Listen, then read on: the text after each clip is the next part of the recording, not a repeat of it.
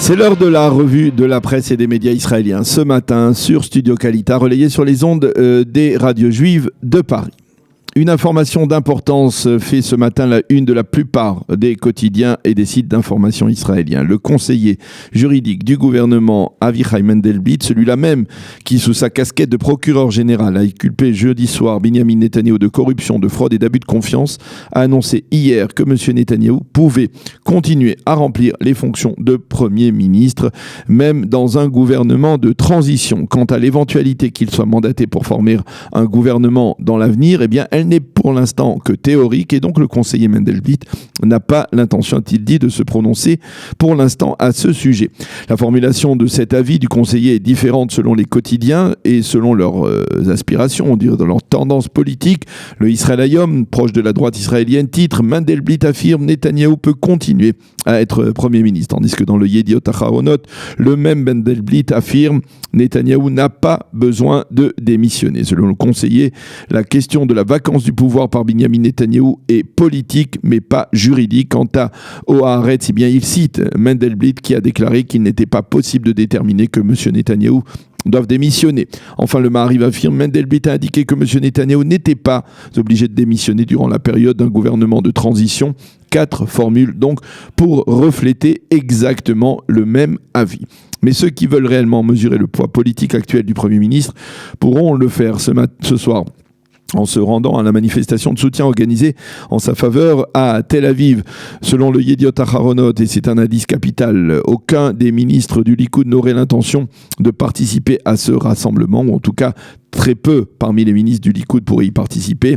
Le Israël Hayom cite également en évidence ce matin Gideon Sa'ar qui répète que le Likoud n'est pas la propriété de M. Netanyahou et que c'est son droit le plus légitime à lui, Gideon Sa'ar, de se présenter contre Binyamin Netanyahou lors de primaires pour la présidence du Likoud. Sa'ar a déclaré à des ministres Likoud « Attention, si nous ne provoquons pas de changement, nous serons responsables d'avoir remis le pouvoir à la gauche de nos propres mains ». Fin de citation.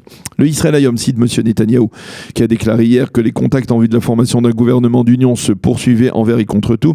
Je suis grandement peiné par la situation actuelle, mais je ressens également le soutien des citoyens israéliens, un soutien qui donc devrait s'exprimer ce soir lors de la manifestation de Tel Aviv. Le Yediot Aharonot consacre ce matin en pages 2 et 3, un article au fait que la classe politique est en train de se diriger droit vers de troisièmes élections, et ce aux grandes dames de Benny Gantz qui affirme que si ces élections se confirment, elles ne tiendront qu'à cause de 3 raisons essentielles. Les 3 chefs d'accusation contre le Premier ministre, corruption, abus de confiance et fraude. Quant à Lieberman, il a appelé hier le président de l'État, Reuven Rivlin, et le président de la Knesset, Yoli Edelstein, à faire pression sur les partis politiques afin d'empêcher de telles élections législatives anticipées. Lieberman a déclaré qu'il ne soutiendra pas une requête d'immunité de la part de Binyamin Netanyahou, et c'est un développement également particulièrement important.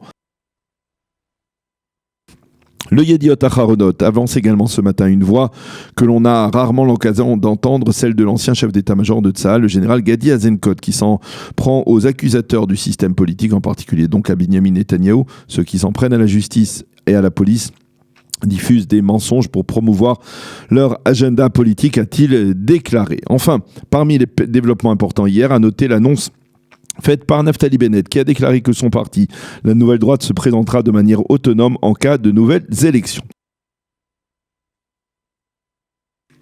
Qu'écrivent ce matin les éditorialistes ? Eh bien, dans le Yediot Aharonot, Aleph Bet Yehoshua, le célèbre philosophe et écrivain israélien, s'adresse ce matin au Premier ministre. Après avoir souligné qu'il avait été impressionné, a-t-il dit, par son leadership, même s'il se démarquait de ses idées, eh bien, le célèbre philosophe écrit « Vous êtes, monsieur Netanyahou, au carrefour de votre carrière. Vous êtes en train d'étrangler le pays pour sauver votre peau. Vous allez précipiter l'État d'Israël dans un 3e scrutin qui ne fera qu'amplifier les clivages au sein de la nation. Alors, monsieur le Premier ministre, libérez le pays. Libérez-vous, quittez vos fonctions et entamez une vie d'intérêt hors de la politique. » Dixit donc Aleph Bet Yehoshua.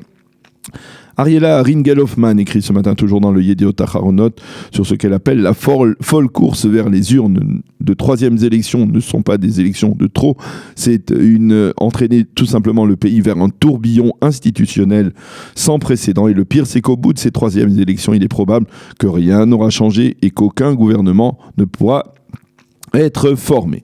Ben Dror Yamini appelle ce matin d'une part à la démission de Netanyahou, mais de l'autre à la formation d'une commission d'enquête qui vérifiera le comportement du parquet israélien dans différentes affaires mentionnées ou qui ont été au cœur de l'actualité au cours des dernières années. Mati Tourfeld, dans le Israël Hayom cette fois, lui tente de faire le clair dans les dernières déclarations politiques. Binyamin Netanyahou a raison, Gideon Sa'ar a également raison, écrit-il ce matin. La requête de Sa'ar d'organiser des primaires pour la présidence du Likoud est légitime et juste. Netanyahou a échoué par 2 fois à former un gouvernement et selon les estimations, tant qu'il sera président du Likoud, il n'aura aucune chance de former un gouvernement. Et cette situation changera si le parti de droite devait être dirigé par une autre personne. Mais Tourfeld estime que Netanyahou a également raison lorsqu'il part en guerre contre le parquet. C'est la raison pour laquelle les alliés politiques du Premier ministre comme Aryeh Deri et Yaakov Litzman le défendent actuellement bec et ongle. Parce qu'il s'identifie, écrit-il ce matin donc, avec son combat. D'autres titres dans la presse israélienne de ce matin, le Yediot Aharonot annonce qu'Omar Shaker, qui est le responsable du département Israël-Palestine au sein de l'ONG d'extrême gauche Human Rights Watch, a été contraint de quitter hier Israël à la suite d'un verdict de la Cour suprême qui lui a refusé un visa de séjour dans le pays en raison de son activité subversive en faveur du BDS. L'ensemble des quotidiens mentionnent que la tension risque de grimper aujourd'hui en Judée et en Samarie en raison de ce que les Palestiniens appellent la journée de la colère, une journée de protestation décidée par le Fatah avec le soutien de l'autorité palestinienne après la décision de l'administration Trump de reconnaître la légalité des implantations juives et de ne plus qualifier la Judée et la Samarie de territoires occupés. Les principales manifestations devraient se tenir à Naplouse, Hebron et près de Ramallah, à proximité des points de passage où sont déployés les soldats de Tsahal. Les quotidiens israéliens, enfin, rappellent que c'est ce soir et demain que les originaires d'Éthiopie célèbrent la fête du Sigd, qui symbolise la soumission à Dieu et l'aspiration millénaire des Juifs d'Éthiopie au retour du peuple juif vers Sion et Jérusalem.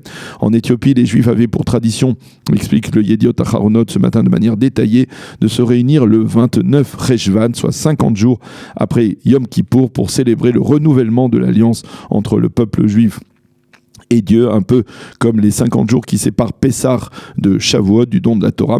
Ils jeûnaient à l'époque et se rendaient alors sur la montagne la plus proche et la plus élevée qui symbolisait le mont Sinaï et de là exprimer leur souhait de retourner sur la terre promise. Aujourd'hui, des milliers, voire des dizaines de milliers d'Israéliens d'origine éthiopienne se rendront donc à Jérusalem, en particulier sur la promenade de Talpiot, d'où l'on voit le site du temple vers le Kotel et vers le Kotel également, avec à leur tête les Keisim, les leaders spirituels de la communauté qui porteront, écrit le Yediot Aharonot toujours dans leurs bras, le livre de Horit, de l'araméen Oraïta, qui signifie Torah. Ils liront des morceaux de cette Torah en langue sainte des Éthiopiens et en hébreu. Il faut souligner que depuis 2008, cette fête est inscrite dans le calendrier hébraïque de l'État d'Israël. C'est la fin de cette revue de la presse et des médias israéliens ce matin sur Studio Kalita.